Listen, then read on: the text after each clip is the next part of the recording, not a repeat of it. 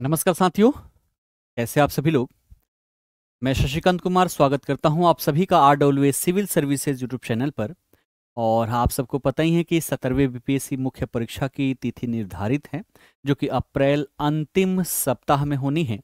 और इसको लेकर अभी तक मैं हिस्ट्री और पॉलिटी से संबंधित वीडियो बना चुका हूं कि कहां कहां पर मूल रूप से फोकस करें ताकि आपके अच्छे से अच्छे स्कोर आ सके। ठीक, आज की कक्षा में हम बात करेंगे जीएस पेपर 2 के सेक्शन 2 के संदर्भ में, जहां पर जो प्रश्न पूछे जाते हैं वो आपके भूगोल और अर्थव्यवस्था से पूछे जाते हैं। इसके तहत 2 सब्जेक्ट हैं, तो आइए देरी ना करते हुए समझने का प्रयास करते हैं कि अगर हमें भूगोल और अर्थव्यवस्था को बेहतर करना है, ठीक है, यहां से भी आप सबको पता ही है कि 3 प्रश्नों का उत्तर हमें देना होता है। एक प्रश्न लगभग आपके 38 नंबर, यानी कि ये भी 114 अंक के आसपास इसकी वैल्यूएशन आपकी रहती है, ठीक है ना। तो इसको कैसे हम बेहतर करें, ज्यादा से ज्यादा मार्क्स लाने के लिए हम किन किन मुद्दों पर ज्यादा से ज्यादा आंसर राइटिंग की प्रैक्टिस करें, तो आइए देखते हैं। सबसे पहले बात कर ले हम बीपीएससी की, है ना। तो आप सबको पता ही है कि अगर हम बात करें इकोनॉमी की, है ना, इकोनॉमी, और साथ ही साथ हम बात कर ले ज्योग्राफी की, ठीक है, अर्थव्यवस्था और भूगोल की बात कर लें, ठीक। तो ये कहाँ आएगा, ये आएगा आपके जीएस पेपर 2 का सेक्शन 2 में। कहां पर, सेक्शन 2 में, यहां पर प्रश्न देखने को मिलेंगे, ठीक है। 3 प्रश्नों के उत्तर हमें देने हैं। अगर हम बात करें कि ये टॉपिक हम कहां से करें, है ना, तो अगर पिछले 5 वर्षों का आप क्वेश्चन पेपर देखते हो तो आप पाओगे कि इसमें से मैक्सिमम जो क्वेश्चन पूछे गए हैं वो कहीं ना कहीं करेंट से जोड़कर पूछे गए हैं। उसके साथ साथ अब देखिएगा प्रश्न कैसे बनेंगे, इसमें टॉपिक निर्धारित कर पाना उतना आसान नहीं है, लेकिन आइडिया लगा पाना बड़ा ही आसान है। कैसे, देखो, सबसे पहले अगर हम बात करें इस सेक्शन का, तो सबसे पहले ध्यान रखिएगा कि अपना प्यारा बिहार जो है ना, बिहार आप सबको पता ही है कि भारत का सबसे गरीब राज्य है ना, भारत का सबसे गरीब राज्य, ठीक है। अब क्वेश्चन अगर अर्थव्यवस्था से बनेगा, ठीक है, कैसे बनेगा देखिएगा। तो गरीब राज्य है, सबसे बड़ी समस्या है, तो इस समस्या का समाधान क्या हो सकता है ना। समाधान के लिए जितने भी टॉपिक है ना, सरकार की कोई योजना आती है, ठीक है, उन सब पर आप क्या कर लीजिए, अच्छे से फोकस कर लीजिए, उन सब पर आप आंसर राइटिंग का प्रयास कीजिए, ठीक है। साथ ही साथ अब हमारे पास संसाधन है, और ध्यान रखना ये जितना भी मैं दे रहा हूं ये पीवाईक्यू के आधार पर भी है। हमारे पास संसाधन की बात कर लेते, चूंकि मैदानी क्षेत्रों में बिहार बसा हुआ है, लगभग 90-95% क्षेत्र जो है मैदानी है, हमारे पास खनिज संसाधन नहीं है, तो खनिज संसाधन की कमी भी कहीं ना कहीं गरीब राज्य होने में एक अहम भूमिका अदा करती है। तो इसको दूर कैसे किया जा सकता है। साथ ही साथ देखिएगा अगर हम बात करें बिहार की, तो बिहार चूंकि मैदानी क्षेत्र है तो कृषि प्रधान क्षेत्र है, तो कृषि के क्षेत्र में कैसे विकास किया जा सकता है। कृषि से जुड़े हुए ज्योग्राफी के मुद्दे, जैसे कि कृषि पर कहीं ना कहीं मानसून जो है, मानसून का प्रभाव आप सभी को देखने को मिल जाता है, तो यहां से क्वेश्चंस आपके पूछे जा सकते हैं, ठीक है। मानसून सिस्टम जो है इंडिया का, उसके बारे में आपसे क्वेश्चन यहां पर पूछे जा सकते हैं, ठीक है। कृषि के विकास को लेकर आपके क्वेश्चन पूछे जा सकते हैं। यहां तक कि कई सारे जो सूचकांक है ना, कई सारे जो सूचकांक है, ये सूचकांक किस संदर्भ में, तो अर्थव्यवस्था के संदर्भ में आपके पूछे जाते हैं, ठीक है। उसके साथ साथ देखा जाए स्वास्थ्य के संदर्भ में पूछे जाते हैं, ठीक है, क्योंकि स्वास्थ्य क्षेत्र में भी बिहार कहीं ना कहीं रैंकिंग में सबसे पीछे रहता है, ठीक है ना। तो भारत सरकार अगर कुछ कर रही है, विश्व के स्तर पर कुछ हो रहा है जो कहीं ना कहीं भारत और बिहार के विकास में अहम योगदान दे सकता है, यहां से क्वेश्चंस पूछे गए हैं। अब कैसे कैसे पूछे गए हैं, आइए प्रीवियस ईयर क्वेश्चन पेपर के माध्यम से देखते हैं। जैसे अगर 69वीं की बात कर लें, है ना, तो 69वीं में देखिए क्वेश्चन पूछा है कि भारतीय मानसून तंत्र की क्रियाविधि एवं विशेषताओं का विश्लेषण कीजिए। यानी कि अभी मैंने बोला था मानसून के बारे में अवश्य ही पढ़ लीजिए। अगला ऊर्जा, है ना, ऊर्जा के क्षेत्र में, है ना, तो भारत में ऊर्जा के स्रोत क्या है, नवीकरणीय ऊर्जा की ओर हम अपने आप को ट्रांसफर कर रहे हैं, तो उसी से क्वेश्चन बना हुआ है कि ऊर्जा के स्रोत क्या है, क्या ये घरेलू मांग की पूर्ति के लिए पर्याप्त है, भारत के लिए संभावित वैकल्पिक ऊर्जा के स्रोत क्या है, समीक्षात्मक विवरण प्रस्तुत करें, तो इसके संदर्भ में अच्छे से डेटा जुटा लीजिए, ठीक। भारत में पर्यटन उद्योग और पर्यटन की बात करें तो बिहार में भी इसका देखा जाए तो एक बड़ी भूमिका हम देख सकते हैं, क्योंकि प्राचीन काल, मध्यकाल, है ना, सभी से जुड़े हुए, आधुनिक काल से भी जुड़े हुए कई सारे स्थल है जो कहीं ना कहीं पर्यटन उद्योग को बढ़ावा दे सकता है।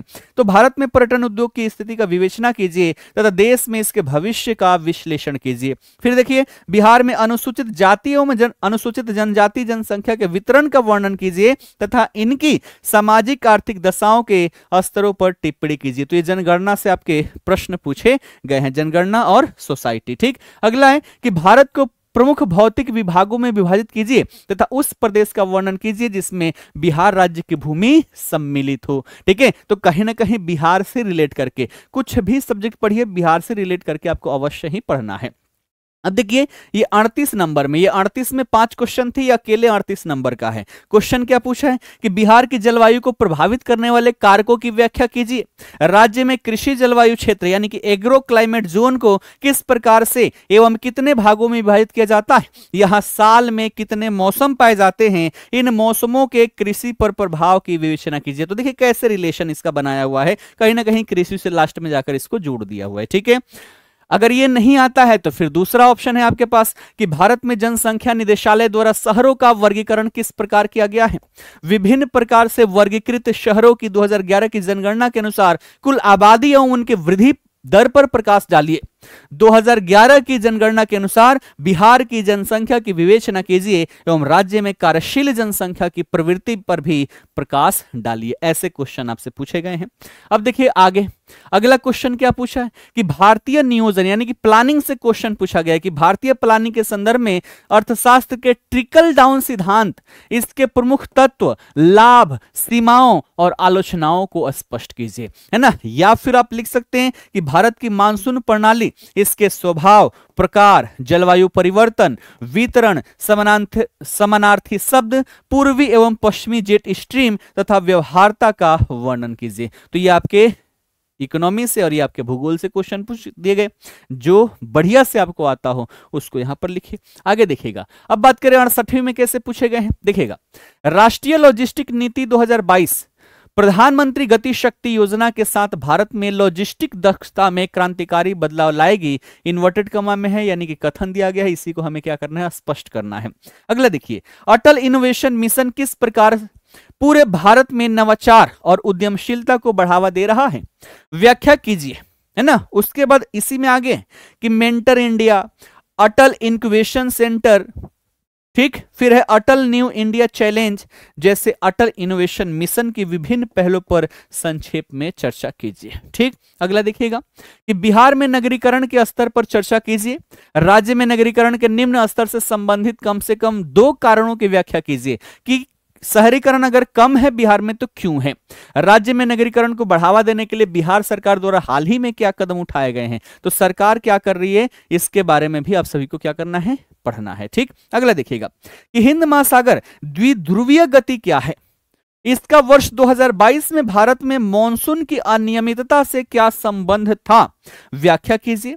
इस अनियमितता का भारत में खाद्य उत्पादन और अर्थव्यवस्था पर क्या प्रभाव पड़ा, है ना। तो ये क्वेश्चन ये करंट में था, बड़े चर्चे में था, यहां से क्वेश्चन आपके पूछे गए हैं। ठीक है, अगला, भारत में ग्रामीण शहरी डिजिटल विभाजन की व्यापकता और प्रभाव पर चर्चा कीजिए। इसे कम करने के लिए सरकार द्वारा उठाए गए कदमों का परीक्षण कीजिए। यानी कि डिजिटल विभाजन की बात हो रही है, शहरों में आपको ज्यादा डिजिटाइज सब दिखता है और ग्रामीण क्षेत्रों में कम है, तो आखिरकार ये क्यों है, इसी को हमें यहाँ पर बताना है। सरकार इसके लिए क्या कर रही है इसको कम करने के लिए। अब देखिए 38 अंक में क्या पूछे गए हैं। पूछा गया कि 2022 में भारत के वैश्विक व्यापार संबंधों की जांच कीजिए। व्यापार बढ़ाने के लिए भारत द्वारा की गई विभिन्न पहले क्या क्या हैं। ठीक है, भविष्य में भारत के वैश्विक व्यापार संबंधों को बढ़ाने के कुछ उपाय सुझाइए। ऐसे प्रश्न पूछे गए, ये भी क्या है, करंट से जोड़ के आपके क्वेश्चन पूछे गए हैं। या फिर आपको लिखना है कि फरवरी 2022 में भारतीय दूरसंचार विनियामक प्राधिकरण यानी कि ट्राई जो है, इसके द्वारा जारी रिपोर्ट के अनुसार दिसंबर 2021 के अंत में अखिल भारतीय औसत 85 से 91% के मुकाबले बिहार सेवा क्षेत्र में 53 से 71% टेली घनत्व है। इस स्थिति के कारणों को इंगित कीजिए, इसका क्या प्रभाव है, स्थिति में सुधार के लिए उठाए जा सकने वाले कदमों की जांच कीजिए। यानी कि ये भी करंट से पूछा गया है। जो यहां पर क्या है, टेली घनत्व यानी कि कितने लोगों पर कितने लोग जो है यहां पर फोन यूज करते हैं, तो भारत में इतना है, इसके अपेक्षा बिहार में बहुत कम है, तो क्यों है, इसके कारणों को बताना है, इसका प्रभाव क्या होगा और इसको कैसे सुधार किया जा सकता है, इसके बारे में बताना है। ठीक, आगे देखिए अगला है कि नीली अर्थव्यवस्था की पहचान कीजिए, है ना। नीली अर्थव्यवस्था की पहचान राष्ट्रीय विकास के 10 मुख्य आयामों में से एक के रूप में की जाती है। उपर्युक्त कथन के आलोक में अर्थव्यवस्था के लिए इसके महत्व पर चर्चा कीजिए और नीली अर्थव्यवस्था को बढ़ावा देने के लिए भारत द्वारा उठाए गए कदमों की सूची बनाइए। क्या ये पर्याप्त है, क्या ये पर्याप्त है, ये क्वेश्चन है। या फिर आप लिख सकते हैं क्या, कच्चे माल के आधार पर बिहार को वन आधारित उद्योगों, कृषि आधारित उद्योगों और खनिज आधारित उद्योगों में विभाजित कीजिए। उन उद्योगों की अवस्थिति को दर्शाने वाले स्वच्छ रेखा चित्रों द्वारा अपने उत्तर की पुष्टि भी कीजिए। ऐसा प्रश्न आपसे पूछा गया है। ठीक है, आगे देखिएगा। अब 67वीं की बात करें, 67वीं में क्या पूछा है, तो 67वीं में आप सबको पता ही है कि ये जो पहला प्रश्न अनिवार्य है जिसमें 5 क्वेश्चन, एक क्वेश्चन के अंदर 5, ये सब नहीं थे, ये 68वीं और 69वीं में देखने को मिलेंगे। पहले 4-4 क्वेश्चन आपके पूछे जाते थे जिसमें से 3 आपको लिखना है। तो देखिएगा पहला क्वेश्चन है कि बिहार में औद्योगिक विकास का चित्र प्रस्तुत कीजिए तथा भारत के औद्योगिक विकास से तुलना कीजिए। इस राज्य में औद्योगिक पिछड़ेपन के कारणों को इंगित कीजिए तथा स्थिति को सुधारने के लिए बिहार सरकार द्वारा उठाए गए हालिया सुधारात्मक कदमों का वर्णन कीजिए। ठीक है ना, तो औद्योगिक विकास जो हमारा पीछे है, क्यों है, ये हमें बताना है और सरकार क्या कर रही है इसको बेहतर करने के लिए। अगला देखिएगा प्रश्न है कि यह कहा जाता है कि जीविका, है ना, बिहार में जो जीविका चलता है मूल रूप से महिलाओं को आर्थिक रूप से सशक्त करने के लिए, तो यह कहा जाता है कि जीविका महिला सशक्तिकरण का औजार है। इस परियोजना का परिचय दीजिए तथा इसके उद्देश्यों का वर्णन कीजिए। बिहार में महिला सशक्तिकरण के संदर्भ में जीविका परियोजना की भूमिका का मूल्यांकन भी कीजिए कि किस तरीके से इसमें बेहतर कार्य कर रहा है। अगला कि नीति आयोग के स्वास्थ्य सूचकांक 2021 के अनुसार भारत के 19 बड़े राज्यों में से बिहार का स्थान 18वां है। देखिएगा फिर से स्वास्थ्य सूचकांक से क्वेश्चन पूछा गया है, यानी कि 2021 में जो ये सूचकांक जारी किया गया था, भारत के 19 राज्यों में से अपने बिहार का स्थान कौन सा था, 18वां है। इस राज्य में इस दयनीय स्थिति के उत्तरदायी कारकों को सूचीबद्ध कीजिए कि अगर यह ऐसा है तो क्यों है। बिहार में स्वास्थ्य स्थिति को सुधारने के लिए क्या कदम उठाए गए हैं, क्या वे पर्याप्त हैं जो कदम उठाए गए हैं। अपने उत्तर को तथ्यों एवं आंकड़ों से पुष्ट कीजिए, यानी कि एग्जाम्पल भी आपको बताना है, तब जाके ये यहां पर पुष्ट हो पाएगा। ठीक है, अगला कि बिहार राज्य में विद्यमान प्रमुख प्राकृतिक संसाधनों के नाम लिखिए। इनमें से किन्हीं 2 को चुनिए तथा उन क्षेत्रों को दर्शाइए जहां ये पाए जाते हैं और बिहार के आर्थिक विकास में इनके महत्व का वर्णन कीजिए। तो प्राकृतिक संसाधन को बताना है, कई सारे उसमें से 2 लेकर, है ना, उसके बारे में बता देना है आपको सबको। ठीक है, आगे देखिए। अब 66वीं की बात करें, 66वीं में क्या पूछे गए हैं। बिहार सरकार के 2019-20 के आर्थिक सर्वेक्षण में यह कहा गया है कि गत 3 वर्षों में बिहार की विकास दर भारत की विकास दर से अधिक रही है। अर्थव्यवस्था के किन क्षेत्रों ने इस प्रगति में योगदान किया है, वर्णन कीजिए। यानी कि इकोनॉमिक सर्वे जो आता है बिहार का, यहां से भी मेंस में क्वेश्चन पूछे गए हैं। तो इकोनॉमिक सर्वे के जो जितने भी चैप्टर है, सभी चैप्टर को अच्छे से पढ़ना पड़ेगा। ठीक है, अगला, बिहार में व्याप्त आर्थिक एवं सामाजिक विषमताओं के मुख्य कारण क्या है। सरकार द्वारा इन असमानताओं को कम करने के लिए उठाए गए कदमों का आलोचनात्मक मूल्यांकन कीजिए, है ना। तो आप देखते हैं कि कहीं कोई बहुत ज्यादा गरीब है तो कोई बहुत ज्यादा अमीर है ना, किसी का समाज में एकदम श्रेष्ठता है तो किसी को, है ना, लोग चिल्लाते हैं उसके ऊपर। तो ये सारी विषमताएं हैं, क्यों है, इसका कारण बताइए और सरकार इसको दूर करने के लिए क्या क्या प्रयास कर रही है, इसको बताना है। ठीक है, फिर देखिए जनांकीकी, है ना, जनांकीकी लाभांश से आप क्या समझते हैं।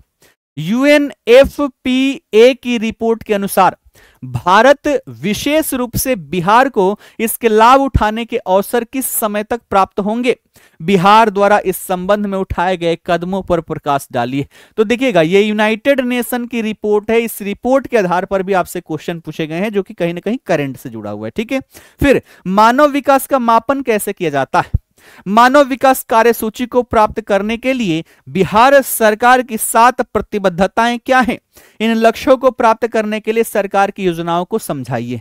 तो जो सरकार के द्वारा 7 निश्चय योजना की शुरुआत की गई थी, इसी से तो प्रश्न यहां पर पूछे गए हैं कहीं ना कहीं जोड़ के। तो ये भी आपके करंट से पूछे गए हैं। आगे देखिए, 65वें में देखें तो क्या पूछा है कि भारतीय कृषि में 1991 से समृद्धि एवं उत्पादकता की प्रवृत्तियों की व्याख्या कीजिए।